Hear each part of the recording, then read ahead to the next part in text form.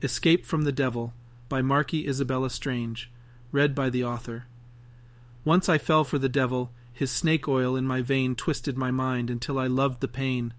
I tried to escape as I had done many times before, but here he is again, uninvited, a part of me delighted. Tables set with candles and the bed full of roses like the romances of novels read as a child. But it's all wrong. I lived alone. I passed several neighbors, some who gave sympathetic smiles and others who stared. But no one dared approach me, for I was a broken girl, a dark angel, a bad omen, and that was okay with me. I didn't have a social life. That's what got me into this mess. That's how I met him. I am boring now. I wanted boring. I needed it. While everyone was rising for the day, I was ready for sleep. I lived at work. It kept me occupied, kept me from doing something stupid. But now I was headed for my door, the night shift laying hard on my senses. I was ready for bed. I reached out as I had done many days before, but even before I opened my door, I knew. Like the walls were warning me not to enter, like I was standing at hell's gates, and the spirits of souls reached out to tell me to turn back. I ignored them and stepped through. He was not here, I told myself. It was just fear that clouded my tired mind, yet somehow I knew it was a lie. I could not ignore the signs for long. His smell was there, even though he had never been. It hung in the air, and a sinking feeling turned my gut. My breathing becomes difficult as a lump rises in my throat. My eyes fill with tears as years of fear come flooding back. I try to smile even though the hairs on my neck arch like they are on fire with electricity. I am shaking now. Sweat beads like I had been baking in the sun, and not standing in my air-conditioned apartment. Why did I not just run? My legs did not work. I felt the bruises on my arms, almost instinctively, that had finally begun to fade. I thought for sure I had run far enough this time, but there was no escape. Even though my apartment was dark, for I always kept the curtains tightly closed, I saw a hellish glow coming from the dining room. I walked forward into the room, looking around as if I were a burglar in my own home, afraid I might be caught.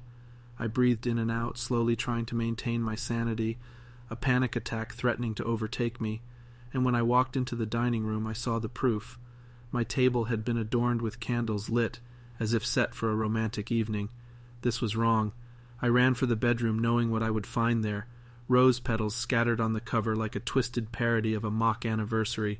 This man was truly the devil. "I have run from you, you bastard," I cursed in silence. Didn't he understand? My throat was sticky, my breathing almost panicked, and I nearly stopped living as I felt his hands on my neck. I tried to ignore it like it wasn't real, or perhaps it was just a fly, but my eyes and senses didn't lie. He was definitely there, a demon in the shadows. "Welcome home!" His voice was gruff but sweet. My heart jumped as the essence of a past flame began to light again, my body trying to rekindle it like his curse was taking over, but the lump in my throat tightened, and the moment was lost to the impending darkness. This wasn't right. This was wrong. I had come too far. I turned to face him, shaking now. I tried to smile, but my smile was weak. No sooner had my eyes met his, like the eyes of an angry serpent, I had been knocked nearly unconscious. My spirit, as it had done many times before, ran for the safety of the drywall as my body spun in place. Blood and spit scattered about the room. Once again I found myself here, my bruises renewed as my hands flung in front to prevent my estranged lover's punishment from reaching my already broken face. The blood from my lips flowed freely. I had to spit, for the taste of iron sickened me. This was it. This was the end. The serpent had enough of his wandering sheep. He ripped my clothes from me, violently like a wolf tearing into flesh. He slung my broken form onto the bed of rose petals, though they might as well have been its thorns, and with all of his toxic love, he tore into me as if he hated me. I hated myself.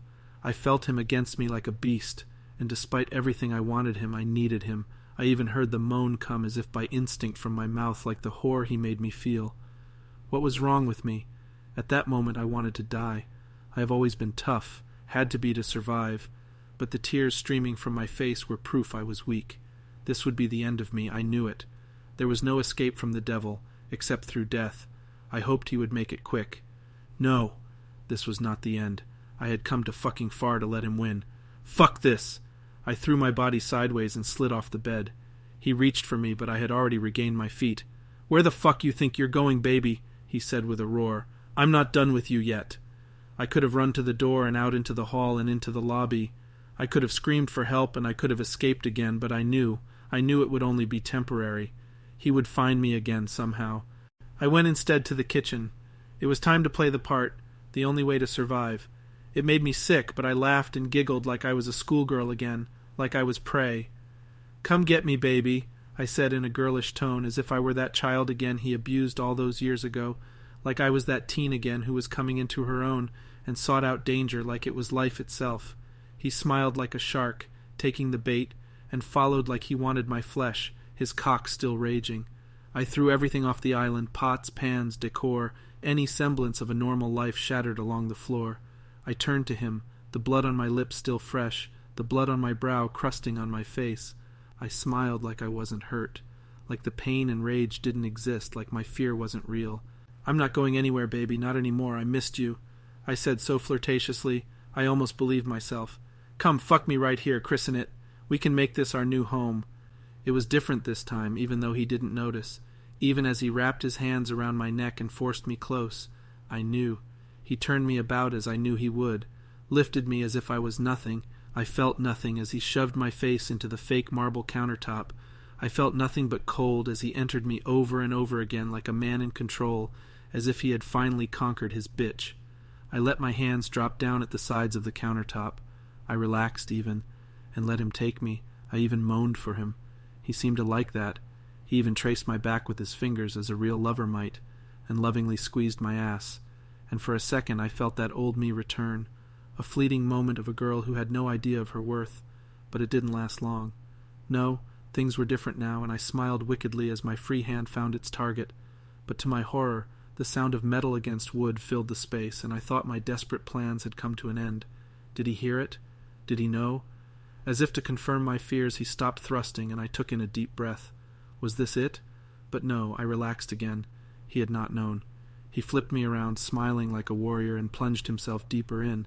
He wanted to see my face as he went, like his ejaculation was his victory cry. No, he had not known.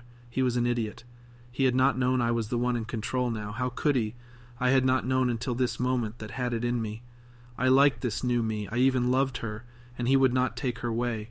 He came in with a rage, harder and faster. I could feel his legs tighten, trying to hold back the pleasure before his orgasm made him weak, and as he thrust his last, I pushed with all my might, the knife deep into his neck. He stumbled back, his victory cry bursting pathetically onto his weakened legs. His mouth gaped in a silent scream as blood poured from the wound. I felt myself lurch with joy at the sight of him. The idiot grasped onto the once polished and shiny handle and pulled it out of his neck like a frightened mute. When the sound finally came, it came gargled like his throat was filled with liquid for which it was. There was so much blood. He held onto his neck and ran like a drunk from the room, and I followed, blood smearing along the walls as he attempted to hold himself steady. I smiled like a serpent. His evil had infected me. At this moment, I had become the devil. I did not care I was naked or bleeding, or that neighbors were screaming and frantically calling the police. I did not care if I was found guilty of murder, or if I would be exonerated. I did not care about the future at all.